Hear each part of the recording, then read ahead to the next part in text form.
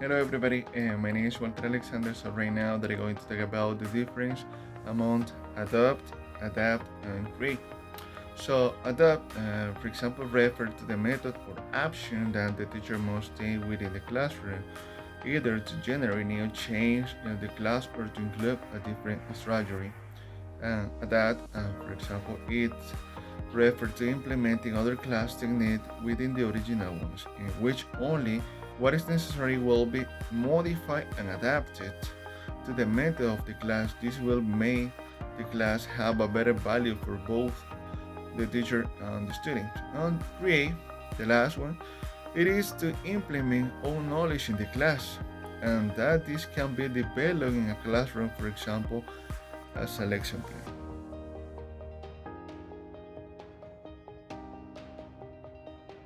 Hello, today I will mention some pros and cons of using a coursebook. As pros, it provides students with quantifiable record to study and learn.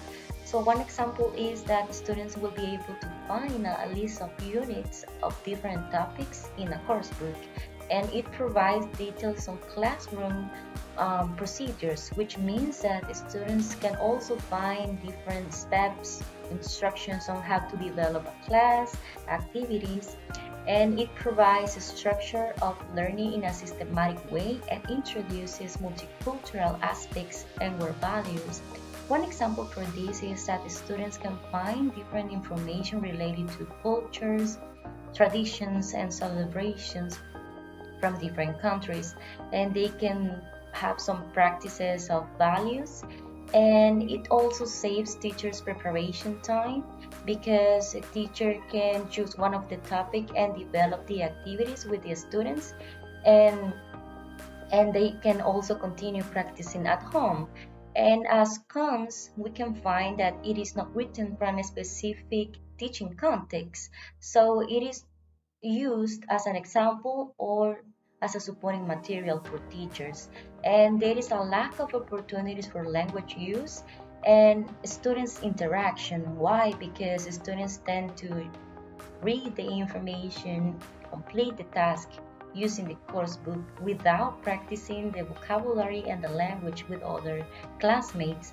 And it is also expensive. You pay more than $30 or $40 to obtain a course book. Thank you.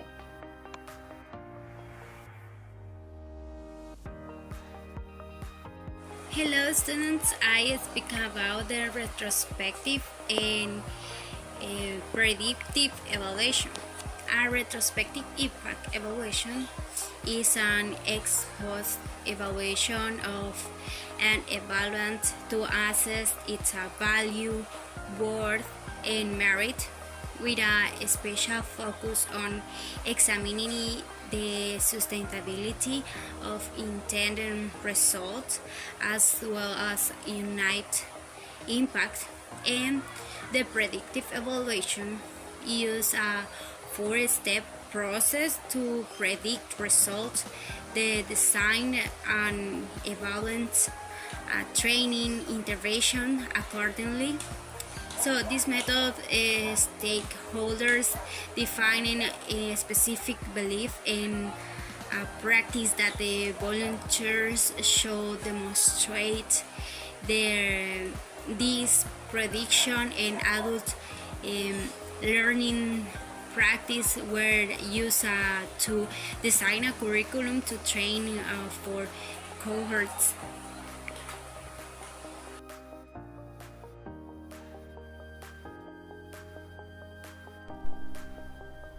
Okay, talking about the difference between predictive and retrospective evaluation, we have that a predictive evaluation is designed to make a decision regarding what materials we're going to use in class, and the retrospective is designed to examine what materials to use, or for example, in retrospective evaluation, is designed what materials have been used actually in the class. So basically, that's a little bit of both and the difference. So thank you very much.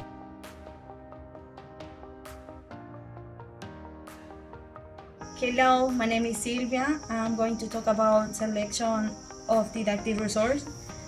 didactic material to be effective in achievement learning is not enough that is a good material, nor it is necessary that it be a state of art material. So when we select educational resources to use in teaching work, in addition to their objective quality, we must consider to what extent their specific characteristic, for example, content, activities, tutorial.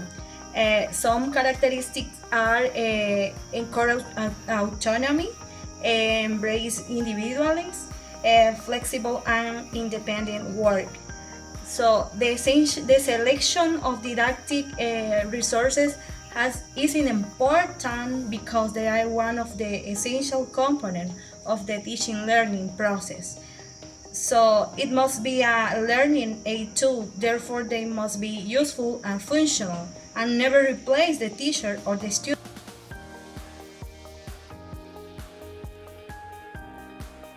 Hello, this is Carela, and I'm going to talk about the process to develop the coursebook.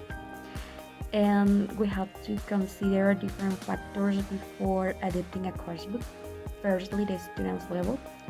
We have to choose carefully because it has to fit into the adequate level.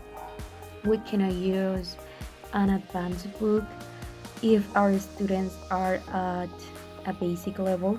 The book should be at the right vocabulary and grammar level for the learners, so we have to be careful at the moment we look for the book. And the other factor is if the book accomplishes the curriculum goal. The book has to be related to the contents that we are going to teach in the class. Also, it's important that we think about the affordability and accessibility. The content should become cheaper and affordable. In this way, teaching will get easier, leading to comfortable learning by a variety of students.